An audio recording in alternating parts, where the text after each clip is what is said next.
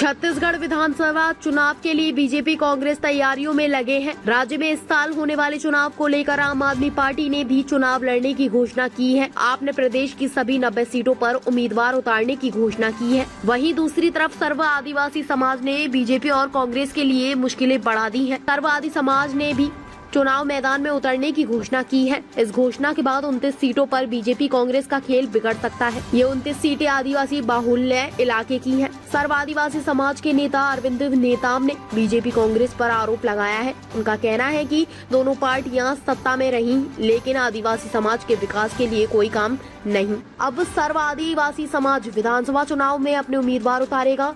इस घोषणा के बाद से बीजेपी कांग्रेस की रणनीतियों पर बड़ा झटका लगा है। विधानसभा चुनाव में बीजेपी कांग्रेस का फोकस आदिवासी वोटर्स है। सर्व आदिवासी समाज के चुनाव मैदान में उतरने की घोषणा करने के बाद राजनीतिक हलचलें तेज हो गई हैं। अरविंद नेताम ने हाल ही में मीडिया को संबोधित करते हुए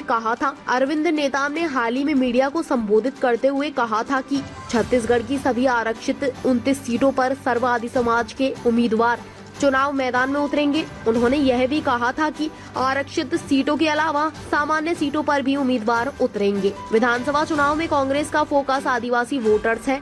208 के विधानसभा चुनाव में कांग्रेस के पाले में आदिवासी वोटर्स शिफ्ट हुआ था। 2018 विधानसभा चुनाव में छत्तीसगढ़ की 29 आदिवासी बाहुल्य सीटों में से 25 सीटों पर कांग्रेस जीती थी। अब अगर सर्व आदिवासी समाज चुनाव मैदान में उतरता है तो आदिवासी वोटर्स के बांटने का डर रहेगा, जिस कारण से चुनावी समीकरण बिगड़ सकता है। बीजेपी भी आदिवासी वोटर्स को अपने पाले में लाने के लिए आदिवासी समाज के बड़े नेताओं को अपनी पार्टी में शामिल करने की मुहिम चला रही है।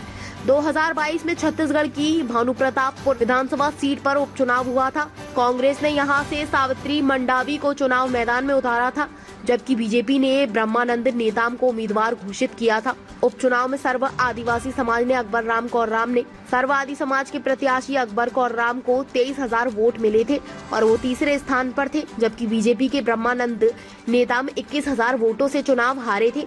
छत्तीसगढ़ के कोरिया जिले का मनेन्द्रगढ़ विधानसभा क्षेत्र अविभाजित मध्य प्रदेश के जमाने से ही कांग्रेस का मजबूत गढ़ रहा है। हालांकि छत्तीसगढ़ के अलग राज्य बनने के बाद से इस सीट पर बीजेपी और कांग्रेस का स्कोर बराबरी का रहा है।